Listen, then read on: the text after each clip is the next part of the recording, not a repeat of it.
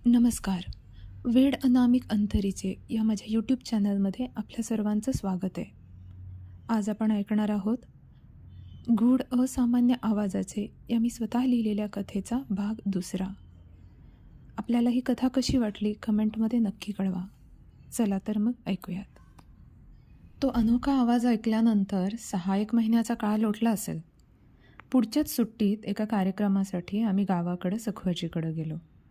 8-1 दिवसांनी सकाळी उठून मी आळोखे पिळोखे देत अंथरुणावरच होते. तेवढ्यात मला बंब पेटवणारी सखुआजी दिसली.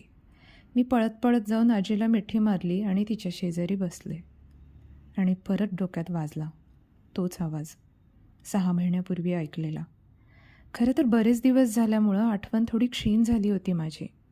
मी आजीला विचारलंच, कसला आवाज येतोय ग हा आजी? रेडिओ लावलाय का?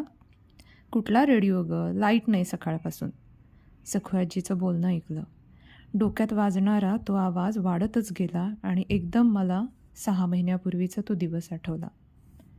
आता परत काय येतोय हा आवाज? त्याचा अर्थ काय आहे? मलाच कसा येतोय? मी काय करू आता? कोणाला सांगू? डोक्यात नुसती विचारांची भिरभिर होतच राहिली. त्याला ना काही उपाय होता माझ्याकडं, ना कोणाकडं मन मोकळं करण्याची मुभा होती. पण नंतरच्या 3-4 दिवसांच्या अखंड गडबडीत मनातलं वादळ बाजूला पडलं ते एका सकाळपर्यंत.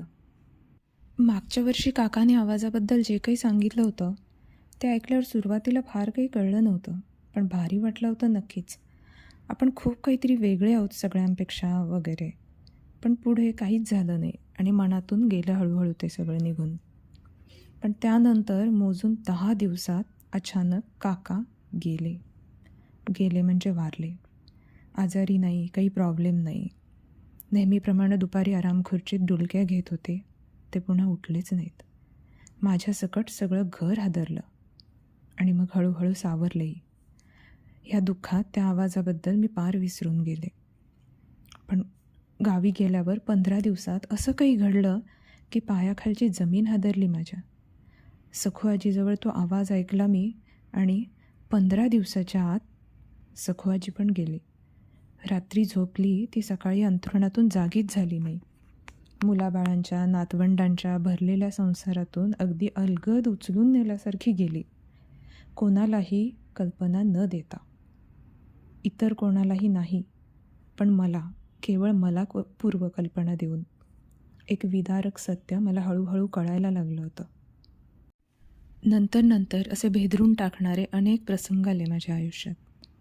शेजारच्या काकूंचा कुठेतरी ॲक्सिडेंट झाला आणि डोक्याला हलकासा मार लागला. त्यांना पाहायला गेल्यावर तो आवाज तिथं होता आणि त्या काकू गेल्या. शाळेतल्या माझ्या लाडक्या बाई, शिकवत असताना एक दिवस त्यांच्याजवळही हा आवाज मला आला. आणि 8च दिवसात रस्त्यातून जाताना साधा पाय मुरगळून खाली पडलेल्या बाई त्यांच्या दुखण्यातून कधी बऱ्याच झाल्या नाहीत. आमचा लाडका कुत्रा डिंग्या, गावी शेतात काम करणारा गडी, या सगळ्यांच्या शेवटच्या दिवसात त्यांच्या अवतीभोवती मला ती जाणीव झाली होती. तो आवाज आला होता. असे अनेक प्रसंग आले त्यानंतर. जागा वेगळ्या असतील, व्यक्ती वेगळ्या असतील, प्रसंग वेगळे असतील, पण एकच गोष्ट चिरंतन होती, ती म्हणजे तो निर्णायक आवाज. दरवाजात सोनूला बघून त्राण गेला माझा. सोनू जवळ आली आणि गळ्यात पडली माझ्या. तो आवाज वाढतच गेला. मी मात्र मटकन खालीच बसले. पुढच्या अटळ सत्यानं माझा जीव घशाशी आला. एवढ्यात सोनू म्हणाली, आई, हा कसला आवाज येतोय ग? कुठे आवाज आहे बेटा? मी कसंबसं उत्तर दिलं. आहे आई, आहे. एक आवाज येतोय मला. खूप वेगळा आवाज आहे. पूर्वी कधीच नाही ऐकला. खूप खूप छान आहे आणि खूप खूप वाईट आहे. काय होतंय समजत नाही आहे नक्की. हिप्नोटाईज केल्यासारखं वाटतंय. हसावंसंही वाटतंय आणि रडावंसंही.